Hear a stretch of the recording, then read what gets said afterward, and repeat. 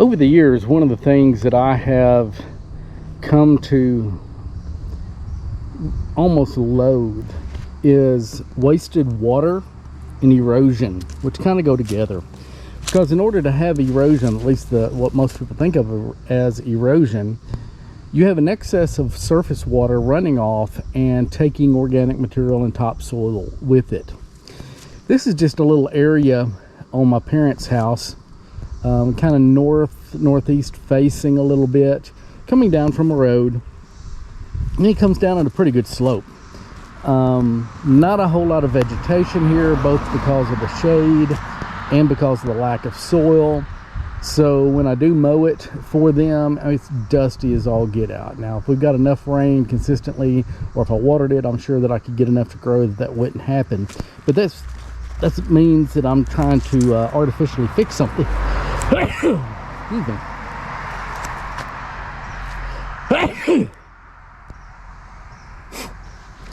But there are other options, and again, there's lots and lots of water. I mean, we've got a tile that comes from under the road from the opposite side, so that's water, part of the watershed on the other side of the road.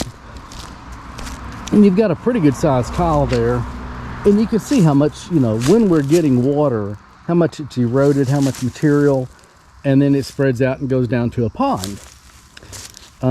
Now you can kind of see I'm about 5'5", and from where I'm standing, those retaining wall blocks are above my eyesight. So it's probably about a 6-foot rise over what, 25 yards. So 6 foot over 25 yards. So what I've done, and you can do this many different ways. I had a while back went and got a full pallet of these retaining wall blocks. We had a few of them here, and I went and got some more and worked on a garden bed for them, and had quite a few left, and I still need a few, and I'm not good at laying them. But I'm using that just to kind of put across one of the narrow places here up at the top of the watershed, to start slowing down, soaking in the water as it comes off the road and some other stuff like that. It's always advisable, if you're going to do any kind of earthworks like this, anything trying to slow the water down, soak it in, start at the top. Don't start at the bottom. I know in some ways we always, for whatever reason, we think the pond should be at the bottom because that's where it's going to catch the most water, all this kind of stuff. But especially if you're doing any kind of earthworks, and I'm not so much worried about it with the bricks here, but if it was true earth, you put it at the bottom, all you're doing is going to be asking for it to get washed away. Think about it this way. If I had a big steel ball or stone ball at the top of the hill, and it was given a push and started rolling downhill, and I needed to stop it, is it easier to stop it right when it starts coming off the hill and hasn't built up any momentum, or is it easier to stop it by waiting till it gets to the bottom of the hill, picks up a lot of mass, a lot of energy, and then try to stop it there? Hopefully you agree that it's easier to stop it at the top of the hill. So that's what you do. You start at the top and do one earthwork, one land reforming, and then that essentially becomes the top of the watershed again. So now when I do the next one, instead of it being 20 feet from the top, it's only going to be 10 feet from the last one. So you're really managing the energy a whole lot easier, stopping it multiple times, kind of like when you're stopping a car, rather than slamming on your brakes right before you get to the intersection. You start touching them a little bit, slowing down, coasting, managing that energy a whole lot better. If you don't have these, or can't afford or can't get these retaining wall blocks, that's fine. You can use other kind of blocks. You can use swales. I've considered doing a swale here, but my concern was, at least at that particular point, there's so little soil here that by the time I dug enough, and it's very hard, I actually had to use a pick on the ends, literally had to break out a pick on both ends to dig into that. It's also been very, very dry, so it's very hard. So my way of doing a swale here would probably be one of the few reasons that I would break out a tiller, because I hate tilling, and basically tilling up the area that I need to dig out just to loosen it up so that I can move it, rather than trying to pick it out or using a shovel and bending my shovel up and stuff like that. Just use the tiller to break it up, and then be able to use the shovel to do a berm with a swale on the uphill side. And you can look that up, look up berms and swales. That would be one way to do it. One of the bad things, but again, lack of soil here, soil depth, and there's all these trees. So most of the trees are going to have their roots fairly shallow. So if I go digging trenches, swales, I'm liable to damage more roots than I need to, which is not ideal. So luckily I had this. Now, what to fill it with? Well, you see it looks like wood chips, and it is. But the bottom, what you do not see at the very, very bottom, is the vast majority of a mulberry tree that was in their backyard that died. Not a paper mulberry, just a plain mulberry. And it didn't look too good last year, and this year it just died. So I cut it up and started cutting it up, and the pieces that would fit through my chipper, and I've got a decent sized chipper, it's on a Grillo tractor, I chipped up, but the pieces that were too big I put at the bottom. So it's a little bit of hugel culture, but I think that people are using that name for a lot of things that are not hugel culture. I'm just burying the wood, and I do that, one, to fill it up, but also in a nod to Will Bonsall and his book on extreme gardening. I don't want anything that has any nutrient value or soil building capacity to leave the property.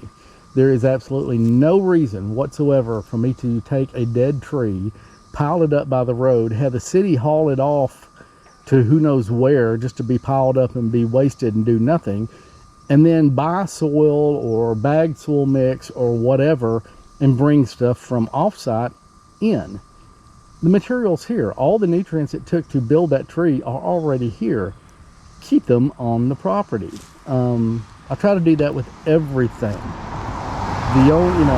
If I send any kind of produce off, I'm going to try to replace that and more from offsite. I get coffee grounds from a coffee shop. Heck, when possible, if I gotta pee, I pee outside, because I don't want it going down the drain and going off the property. I want those nutrients on the property. But yeah, so I buried the bigger chip pieces in there, and then chipped up what I could. And then what's on top is pretty much, there's a tree service here that I was able to get in contact with, and they've given me permission to go out in their yard anytime I want and fill my pickup up with wood chips. These look like they could be as much as a year old. They have been out for a while. There is some decomposition in there, so that's even better. It's going to make a better sponge. Put that on top. Now, anytime you're doing something loose like this, any kind of earthworks, you want to stabilize it with roots if possible.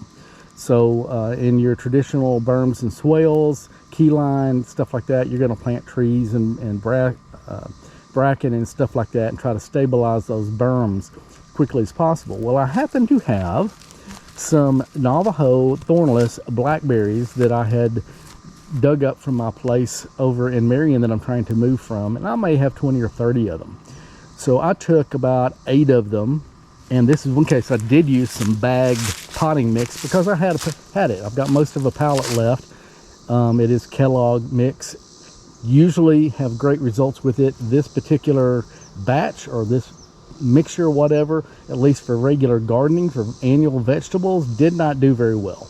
It's basically ground up wood. I can't tell that it's got much of any nutrient value per se. However,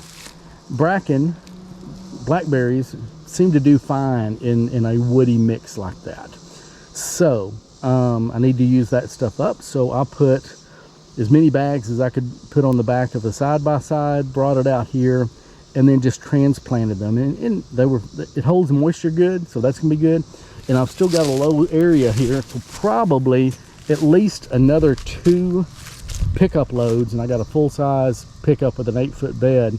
Probably at least 2 more pickup loads of these wood chips from that tree service will pretty much fill this in and make it a full terrace. These blackberries, I have no doubt, I have no reason to think that they will not survive and thrive here. If need be, I can give them a little bit more light by pruning this tree up some more. But this will give us a very, very small blackberry patch here, easy to manage. Who knows, if they do good, I may pull some suckers up and put them way over on the end. I have learned from experience how much they spread, especially if they're not trellised very well and managed, so give them plenty of room. But I'm sure that in time I could transplant some over here. The reason I didn't do it right off the bat is that's where those big chunks of wood are, so they need time to age and start breaking down, so I just put them there. But yeah, I'll fill this in over the next couple of weeks as I have time and energy, and the weather allows me to. It's been so hot and so dry. And this will become a little blackberry patch, and we'll at least begin on this part of the property some water management. Will I ever get to putting a second one in? I don't know. I might not. We will see. I would love to have 3 or 4 terraces going all the way down to really manage any of that water as it comes down. My goal would be on any property, regardless of whether it's flat or whether it is hilly, regardless of the orientation, my goal would be, if you go to the lowest point of the property line, wherever that is, even after a fairly heavy, if not really heavy rain, there's no runoff. I want every single drop of water that lands on this property or runs onto the property, provided it's not contaminated from other kinds of runoff. Every drop that comes on the property is slowed down, stopped, and soaked in, and the only way it leaves is either in produce through transpiration off the plants, or eventually underground. So a little bit of a rant, I'm not sure it's a lesson, but a little bit of a rant on, even in suburbia, we are in the city limits of Jonesboro. Even in suburbia, you can do earthworks, you can do permaculture, you can do land management, regenerative, call it whatever you want. Nowadays, words don't seem to mean anything because everybody gets to have their own definition of it. But you can do this kind of stuff. It just takes a little bit of time, a little bit of thought. You may screw some stuff up. I mean, it's not perfect. It ain't pretty. I didn't get it perfectly, symmetrical. Oh well, sue me. I did something. Doing something's better than doing nothing. So check with you later.